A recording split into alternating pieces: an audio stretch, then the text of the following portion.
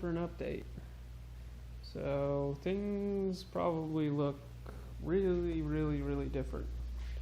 So I once again missed the video last week. Sorry about that. Been trying to hustle and get this thing done. So right off the bat, you'll notice probably that the engine bay is now a different shade of white. We took it all apart and cleaned and painted it Wimbledon white, so that's what that is. You'll notice the manifolds are all cleaned and painted. Got the wastegates hopefully finally installed. And you'll notice that all the piping for the intercoolers is done. Now in my last video I was showing off the 3D printed Y pipe, but we actually went to a different style, one that didn't come as far out, but I'm having issues with layer adhesion. I need to get an enclosure and help keep the heat in the part so that my layers will adhere a little better, because this is just, you know, me gently pulling on the 3D printed part, and I don't really need to be worrying about this on a 1,000-mile road trip. If I was just taking this to the track once, well, maybe I would risk it, but I need something that I know is going to work, so I whipped up this Y pipe. Basically, this part started life as a flat piece of metal, and bent it all up to match that, and took a 4-inch tube and cut it, and made it a smaller 3.75, because the factory throttle bodies are like a, I don't even know, like a 90 something millimeter flange, and so what most people do is they just get a 3 3/4 coupler and you can stretch it over there pretty easily. So basically made this into a 3 3/4 tube, and then made my 2.5 inch tubes go into it. Pretty simple. You'll notice it's pretty tight. I mean, there's still a lot of room in there.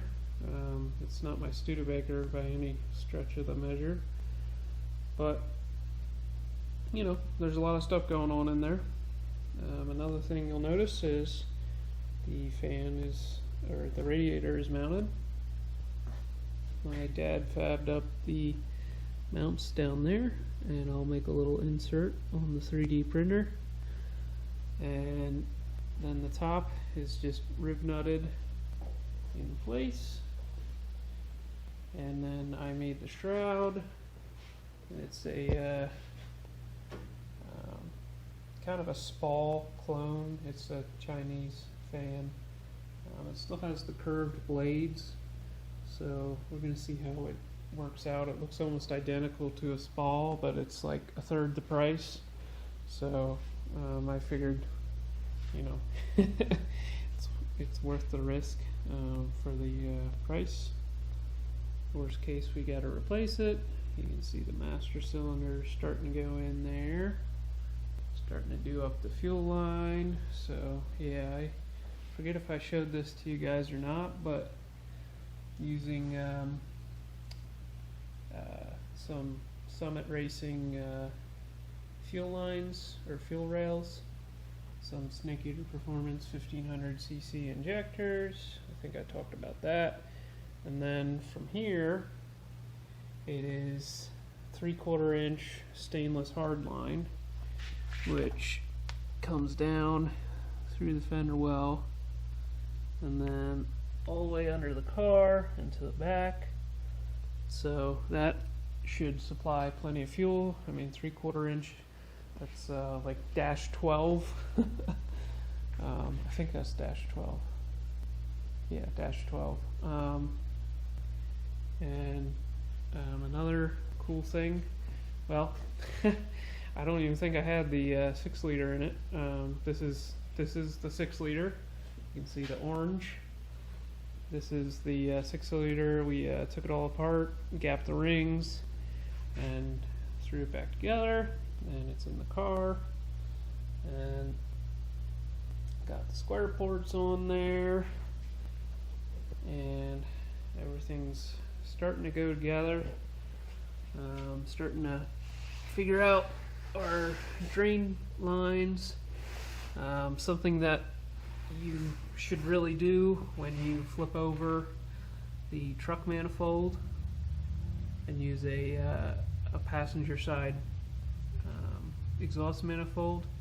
You should really relocate your coils down below here. So I was trying to use the stock bracket as we did on the Camaro, but it was not fitting in any orientation. So I fabbed up these little spacers and then drilled and tapped the motor mounts and just mounted the coils right off the motor mount, and I think it came out pretty good. So it's I'm amazed at how well this oil pan fits around the K-member. It's like it's made for it, which it probably is. So that's that. You'll notice K-member's black. The tabs here, that tab and this tab were in the wrong spot and they were all bent up. So we cut them off and welded it back together, but we're pretty sure they had the A-arms on the wrong side. They had them flipped, and you know, that's not really a huge issue. It does move your spindle backwards a little bit, your pickup point down here, which gives you a little less caster. But in our case, a friend of ours is upgrading his Mustang, and he had these single adjustable coilovers for sale, and they have this little extension down here at the bottom, and when you turn the wheel, this extension will run into the back here because it's curved on the back. And so we needed to flip them around, but UPR on their K-member has 2 different lengths on the front, so I made up this little washer and cut the one side down, so now they match each other, but it just has a little washer there. But yeah, it was a whole process. Such fun. So car has been converted to 5-lug. We used a Ford Ranger, the 2-wheel drive. They will go right on. You have to get the correct race for the larger bearing, because the one that's supplied for the Ranger has a slightly larger diameter. So they make a race that's the correct diameter for the Fairmont, but it still takes the same bearing for the Fairmont. Sorry, the Fairmont has a larger race than what the Ranger accepts. So you have to buy the smaller race and use the Fairmont bearing, and then it'll go right into the Ranger rotor. Yeah, lots of words. Yeah, essentially it's a tedious little thing you have to do to put a Ranger rotor onto a Mustang spindle or a Fairmont spindle, and that gives you 5-lug. It's also a 1/4 inch greater diameter, but luckily there's plenty of room there for you to get your you know, to clearance around the rotor there. Another thing, this coilover has the extension downwards, and it also hits the steering arm on this. So they were actually bent in because somebody installed it onto an early spindle, and they have a smaller flange width. So what I did is we straightened them back out, made them the correct width, and then we clearanced the spindle, checked it up in the mill, and then cut some down, and then made this little spacer to try and minimize the amount of metal that was cut out of the steering arm. Turned out pretty well, if you ask me. So yeah, so we have the control arms on the correct side. That's a big step, and that means we have a little more caster, which in a drag car, that's a good thing. And yeah, that whole mess is sorted out. You can see it has the adjuster on the top. It's a QA1, fancy, you know, fancy pants stuff. So making our way to the rear. We also got the fuel tank installed. So you'll see there's the fuel tank, and